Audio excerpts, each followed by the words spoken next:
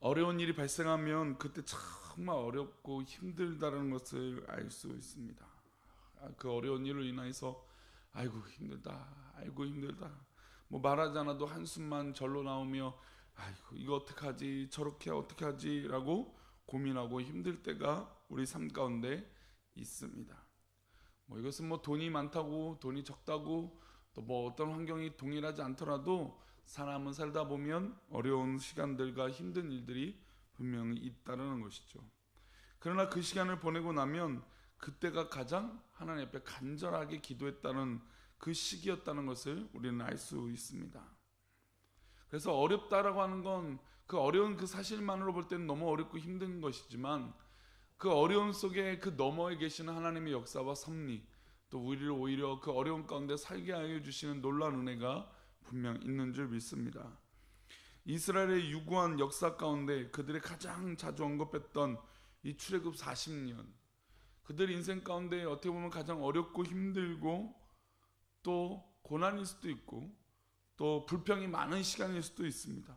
실제로 광야에서 사는 것은 뭐 마을이 뭐 만나와 메추라기를 주시고 또 뭐 반석에서 물도 나게 하시고 또 뭐 여러 가지 기적들을 이스라엘 백성들에게 부어주셨지만 사실 그렇게 그 어려움이 있어서 불안했기 때문에 오히려 불만이 많았던 것이라고 또 설명할 수도 있습니다. 뭐 불만과 또 이 비난이 많은 것, 이것 때문에 목이 곧은 이 모든 모습 때문에 뭐 그것을 합리적으로 뭐 설명을 드리려고 하는 표현은 아니지만 뭐 일종의 어떤 뭐 이스라엘 백성들 입장에서 좀 핑계를 대본다면 그만큼 이 출애굽한 이후의 삶은 이 광야의 40년은 하나님의 특별한 인도하심을 받았지만 그와 더불어 어려움의 이 삶을 살았던 것은 분명합니다.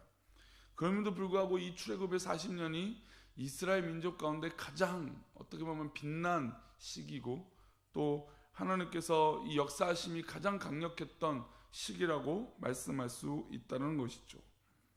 그래서 이 출애굽의 이 모든 삶을 통해서 하나님은 이 가나안 땅에 들어가기 전에 지켜야 할 절기들을 말씀하십니다. 유월절, 칠칠절, 나팔절, 대속제일, 그 외에도 많은 절기들이 있습니다. 오늘 본문에는 나팔절, 속죄일 그리고 장막절을 소개하고 있는데 그 가운데 출애굽과 직접적으로 관련 있는 장막절, 특별히 초막절을 지키라고 권면하고 계십니다. 우리 1, 2절의 말씀 보면 이 나팔절에 쓰이는 짐승이 나오는데 우리 2절 말씀 보겠습니다. 너희는 수송아지 한 마리와 순양 한 마리와 1년 되고 흠없는 순양 7마리를 여호와께 향기로운 번제로 드릴 것이며, 나팔절에 사용되는 짐승은 순양 한 마리고 또 1년 되고 흠없는 순양 7마리를 여호와께 드리라고 했습니다. 7절 8절을 볼까요? 7절 8, 우리 8절입니다. 8절 보겠습니다. 8절 너희는 수송아지 한 마리와 순양 한 마리와 1년 된 순양 7마리를 다 흠없는 것으로 여호와께 향기로운 번제를 드릴 것이며, 모든 백성들의 죄를 대속하는 대속제일에도 수송아지 한 마리 드리고 순양 7마리를 드립니다. 그러니까 수송아지 한 마리, 순양 한 마리, 1년 된 순양 7마리 이렇게 드리는 것이 똑같게 드리는 것이죠. 그리고 12절 13절도 한번 보겠습니다. 12절입니다. 일곱째 달 15째 날에는 너희가 성회로 모일 것이요 아무 일도 하지 말 것이며 이래 동안 여호와 앞에 절기를 지킬 것이라. 13절입니다. 너희 번제로 여호와께 향기로운 화제를 드리되 수송아지 13마리와 순양 2마리와 1년 된 순양 14마리를 다 흠없는 것으로 드릴 것이며, 장막절 즉 초막절 수송아지 13마리 드리고 7일 동안 지키고 마지막 날에 7째 날을 특별히 드리라고 말씀하고 있습니다. 수송아지 13마리 즉 이 장막절을 드리는 잔치 때 드리는 예물입니다. 그리고 17절에 보면 둘째 날에는 수송아지 12마리, 20절에 보면 셋째 날에는 수송아지 10마리, 23절에는 넷째 날에는 수송아지를 10마리를 드리고 26절에는 다섯째 날에는 수송아지 9마리, 29절에는 여섯째 날에는 수송아지 8마리, 32절에는 일곱째 날에는 수송아지 7마리 들어갑니다. 그래서 7일간 잔치가 끝나고 나면 8째 날에 다시 모이게 됩니다. 잔치를 마감한 마지막 날에는 수송아지 한 마리를 또 드립니다. 초막절 잔치를 드리는 짐승의 모든 수를 세보면 215마리입니다. 이렇게 하나님께서 초막절을 기념하고 지키라고 하는 이유는 무엇 때문일까요? 그만큼 고생했기 때문이에요. 오늘 우리가 이 땅에서 수고하고 이 고생을 하나님께서 다 기억하고 계신다는 것입니다. 215마리를 드린다고 생각해 보십시오. 얼마나 어려움과 또 고난과 모든 것이 담겨 있겠습니까? 이스라엘 백성들이 40년 동안 광야에서 해서 고생한 거, 눈물 흘린 거, 원망한 거, 불평한 거 하나님은 다 듣고 계셨다는 것이죠. 그리고 하나님이 나중에 초막절 잔치로 그 고생했던 시간들을 갚아주고 계신 것입니다. 오늘 우리가 수고한 거, 고생하는 것을 하나님께서 이 땅에서 갚아주실 것이고 천국에서도 위로해 줄 것을 믿습니다. 그러므로 우리 사랑하는 성도님들, 지금 어려움이 있고 고난이 있고 불편한 것들이 있지만 결국 하나님께서 그 모든 것을 아시고 우리에게 잔치를 베풀어 주시며 또 우리를 위로해 주시고 축복해 줄 줄 믿습니다. 하나님이 나중에 다 갚아 주실 것이라는 것이죠. 그래서 믿으십시오. 지금 내가 어려움이 있지만 결국 하나님께서 갚아 주실 것이, 위로해 주실 것이, 그런 소망이 있는다면 오늘 하루의 수고와 그 염려들이 하나님께서 분명히 이기게 해주시고 또 견디게 되며 또 그 소망으로 우리 성도님들 승리하시기를 축복합니다. 그래서 이 세 가지 절기들의 이 공통점이 있는데 그 공통점이 바로 나팔절이에요. 1절을 다시 한번 보겠습니다. 1절입니다. 일곱째 달에 이르러는 그 달 초하루에 성회로 모이고 아무 노동도 하지 말라. 이는 너희가 나팔을 불 날이라. 7절을 보면 일곱째 달 열흘날에는 너희가 성회로 모일 것이고 너희 심령을 괴롭게 하며 아무 일도 하지 말라. 또 12절을 볼까요? 일곱째 달 15째 날에는 너희가 성회로 모일 것이요 아무 일도 하지 말 것이며 이래 동안 여호와 앞에 절기를 지킬 것이라. 그러니까 하나님께서 이 예물을 드리고 제사를 드리고 절기를 지키면서 하나님께서 직접 인도해 주시는 위로와 축복이 있지만 더불어서 아무것도 하지 말라고 말씀하십니다. 그럼 왜 아무것도 하지 말라고 하실까요? 왜 아무것도 하지 말라고 하실까요?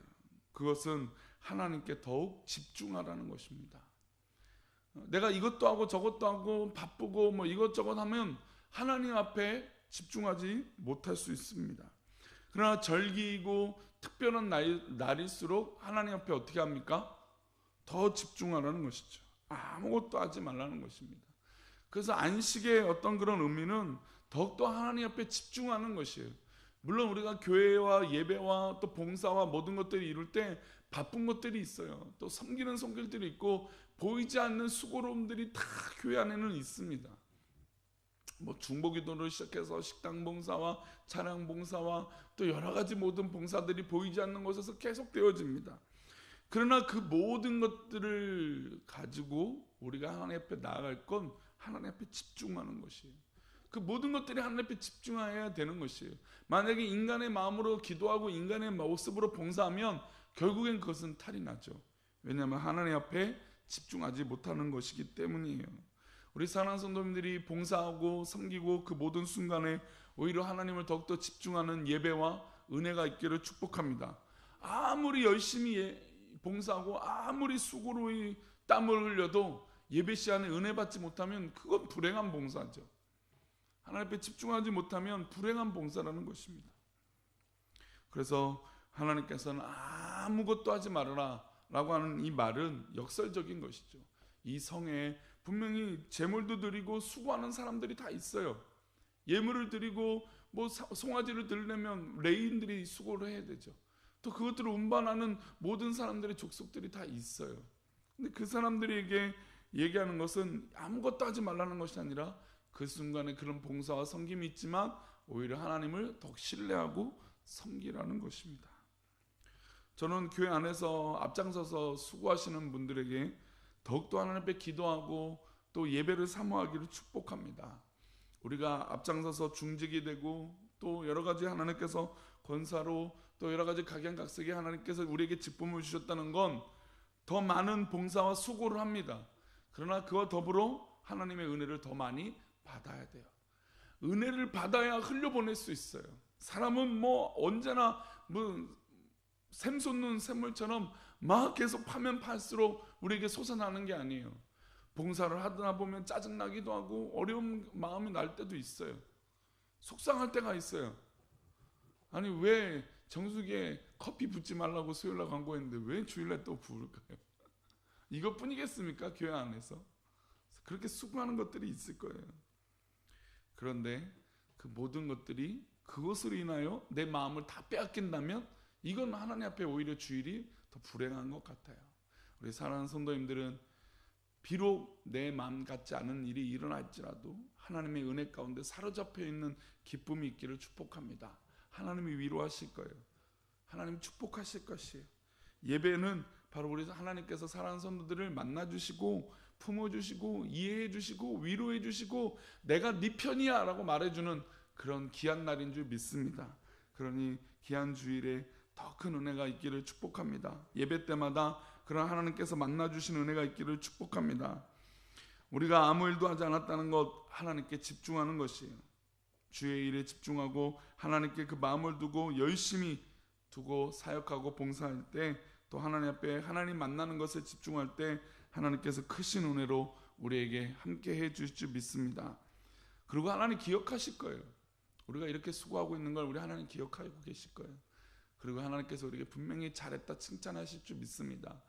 그리고 예배를 또 기도를 찬양을 기억하고 계실 것이에요. 그래서 이 새벽의 기도가 한 날의 기도인지 모르겠지만, 우리가 생각할 땐 그럴 수 있지 모르겠지만, 그러나 분명히 이 새벽에 기도하는 이 기도를 우리 하나님께서 기억하고 계시고 우리 성도님들을 축복하시고 인도하여 주실 줄 믿습니다.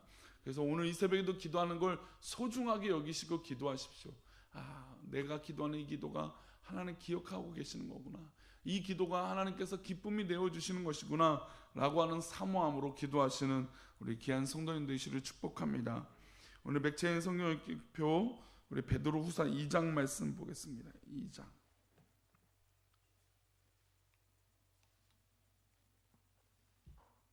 베드로후서 2장의 말씀, 베드로후서 2장 5절부터 6절 말씀, 2절의 말씀인데요.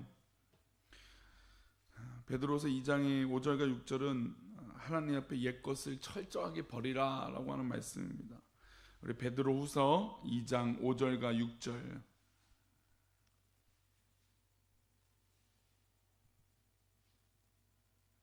함께 읽겠습니다. 5절과 6절입니다. 옛 세상을 용서하지 아니하시고 오직 의를 전파하는 노아와 그 7 식구를 보존하시고 경건하지 아니한 자들의 세상에 홍수를 내리셨으며 소돔과 고모라 성을 멸망하기로 정하여 재가 되게 하사 후세에 경건하지 아니할 자들에게 뭘 삼으셨습니까? 본을 삼으셨습니다. 옛 세상을 하나님 용서하지 않으신다는 것이죠. 옛것, 우리의 인간적으로 옛것들이 분명히 우리 가운데 있을 수 있습니다. 우리 사랑하는 성도님들, 옛것, 인간적인 마음에 사로잡혀 있는 그 옛것들을 하나님 앞에 버리시기를 축복합니다. 그리고 하나님께서 그렇게 버리면 오히려 보존시켜 주신다는 거예요. 잘 보십시오. 5절 말씀 보면 옛 세상을 용서하지 아니하시고, 즉 우리가 옛것과 옛 습관과 하나님 기뻐하지 않은 것을 버리면 오직 의를 전파하는 노아 7 식구를 어떻게 하십니까? 반대로 보존시켜 주신다는 거예요. 이게 하나님의 은혜죠. 우리가 버릴 때는 불안합니다. 그렇죠? 이거 내가 나중에는 쓸 것 같아요. 이거 결국 나중에는 꼭 기억날 것 같아요. 그러나 정리가 된다는 것이죠. 우리 삶에도 그렇잖아요.